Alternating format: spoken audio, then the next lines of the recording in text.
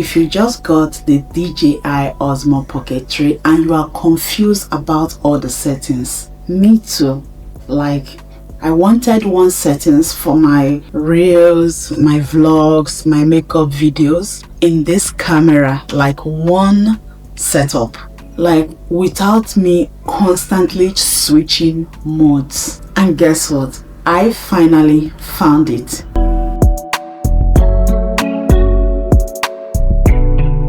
So first thing first is power on your camera like this. Small, just slowly do that. Now that you have powered it on, the first thing you need to do is to go to the Pro mode like this.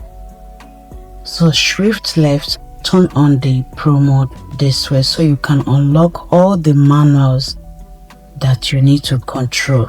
Now let's go to the 4K. You swipe down to up, you will see the 4K. Okay, so I set mine in 4K resolution and 30 frames per second. Then this is how it is. You can touch here to zoom and touch here to zoom out. So for your camera codec, you need to go to the swipe down from the up, just like you saw me doing. Then you go to the settings and go to the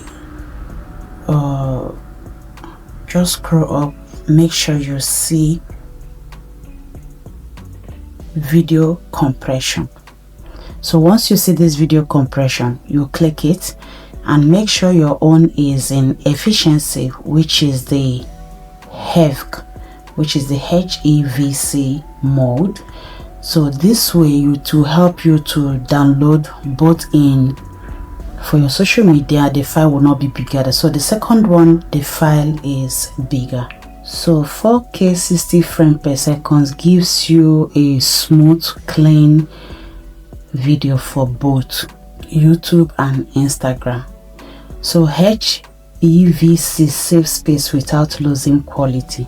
I love to set mine in 30 frames per second. This way it will also save me some space. Then for my auto, if I want to set my exposure and white balance, I slide down like this and I'll see the Pro. Then I'll go to my auto. I leave my auto in minus 0.3 and I also leave it in 50 to 80 brightness. Don't go more than this because when you are outside you can't be able to control it. Then I also, don't forget, I leave it in auto instead of manual, so that way whether I'm in a dark or bright area, it will adjust to the environment you are in. Then I confirmed it. For my white balance, when I go to my white balance, I like to leave my white balance in manual, and in manual I usually leave it in 500K. That way it won't be too yellow or too saturated. So I love to leave mine, but sometimes when I'm not in the mood, depending on my location, I go leave it in white balance. So if I'm filming only at home, I leave it in white balance.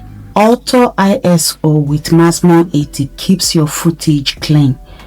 Then the EV 0.3 avoids blown highlight, and you can leave it in either 450 to 500 like I just explained.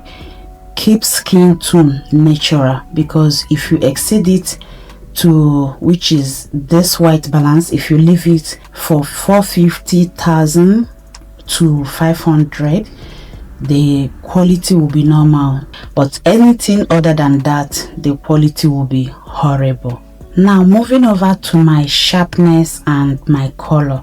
For my picture style, I leave it in normal. Here you can see that my picture style is in normal. So what I do is I go to the sharpness, which is the custom adjustment image. So in my sharpness I put it in +1. Then in my Noise reduction, I put it in -2, which you can as well put yours in -1, but I feel like -2 is better than -1. So normal colors look great straight out of camera. Sharpness +1, add details and noise reduction -1 or -2. They avoid plastic skin. Moving over to my autofocus and my face tracking.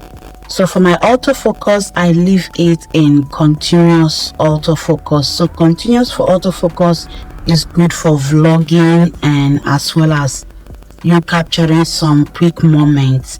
Then you can as well leave it in single autofocus, or you go to product. If you want to advertise a brand, you can as well position it in your product mode. So product mode will only capture the modes of the product you are showcasing. So always stay locked on your face. Always stay locked on your face, even if you move around while vlogging or doing your makeup. Just lock it.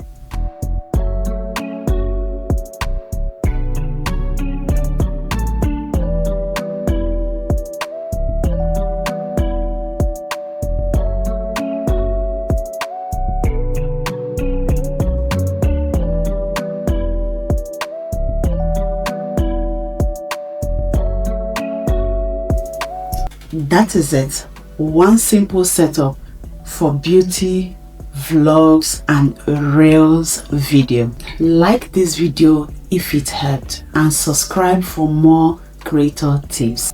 And of course, I will see you all in my next one.